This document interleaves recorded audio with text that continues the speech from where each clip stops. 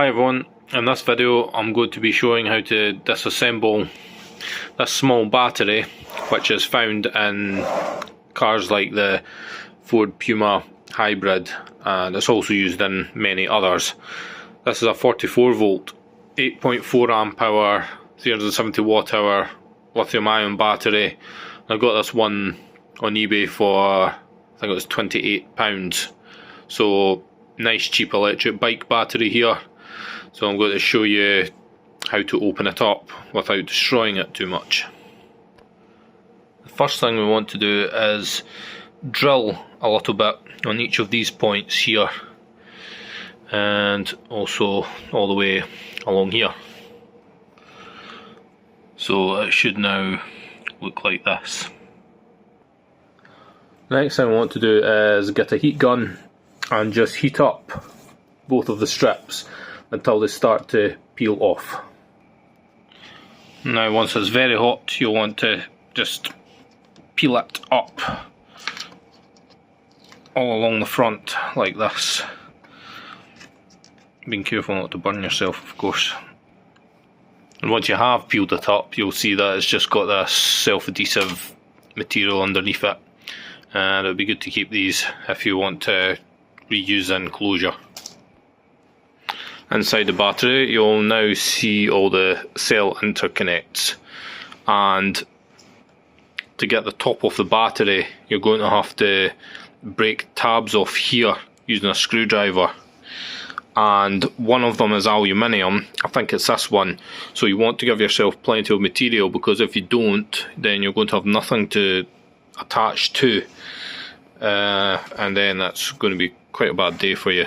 I think one of them can be soldered and one of them cannot. And the way I've found to break these off is if you just get a screwdriver under it, lift the tab up, and then you can just get it to break off. And what to do is just try and bend it back out the way a bit so that the top of the battery can come off, and then you just want to do the same on the other side. So just very carefully prising that up to break the weld. It can be quite difficult because these are welded in quite well. And there you go. That's that up. So all the cells in this battery are measuring about 3.67 volts. So that's pretty good. What I'll do is I'll just get them on a charge straight away to get them up to 3.8 volts per cell.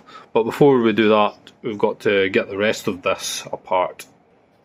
So with all those screws removed from the top, we want to go around the edges with a heat gun to warm it up, while being sure that we're not focusing any heat on the cells. And then you want to get underneath there with a screwdriver all the way around and pry the top off. As you pry the top off, you'll notice that there's this black goo stuff holding it together, so just keep sort of pushing through that and it should come apart. So after you've carefully pried that off all around, you will notice that there's a temperature sensor there, so be careful of that. I've broken this one, but I don't particularly care about all that because this garbage here I will not be reusing. As you can see, these little sort of copper fingers which go to the battery management system have somehow been welded to the underside of these tabs here. That is an absolutely shocking construction, and they're using a whole Infineon tri-core for a 12 cell lithium ion battery with another 2 integrated circuits on the board as well. So just over complex crap, which is just typical of German engineering. Far too complicated for what it needs to do. We've got a nice contactor here.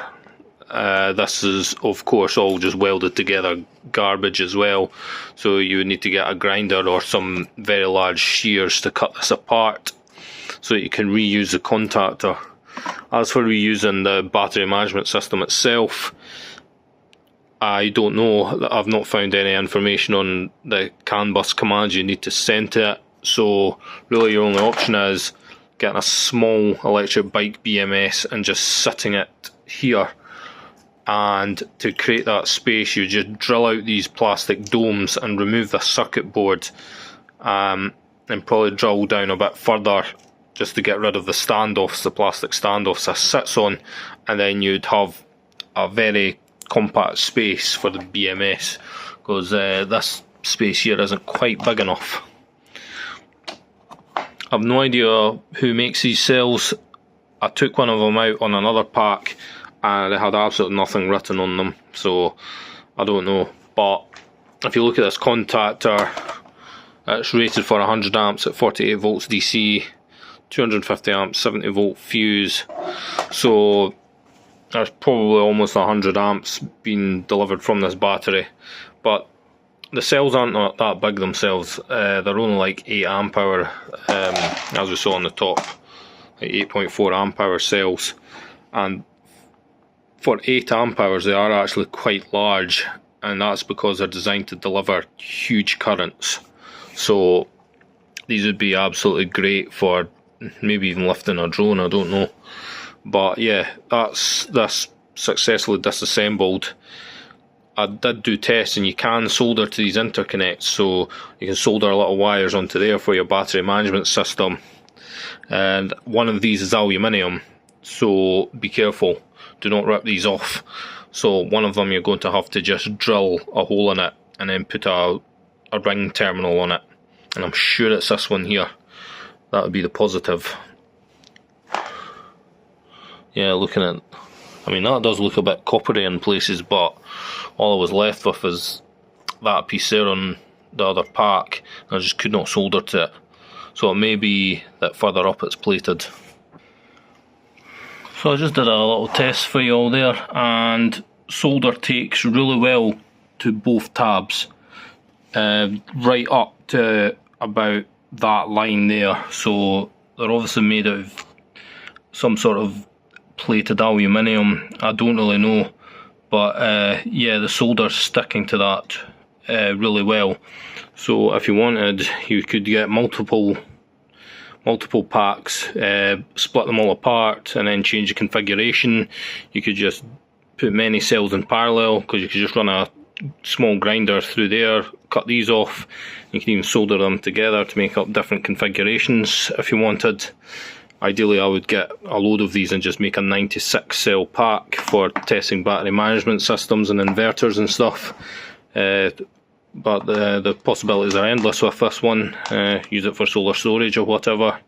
So yeah, it's a good cheap source of cells just now. You do get some delusional sellers which are selling these things for like £400 and upwards, but you can pick these up on eBay for like £30 just now, and often with coupon codes you'll get them for less, and sometimes sellers send offers and things just to try and get rid of them, because as more and more people are writing off their electric cars, more and more of these are going to flood the market and the prices are going to get cheaper, I reckon.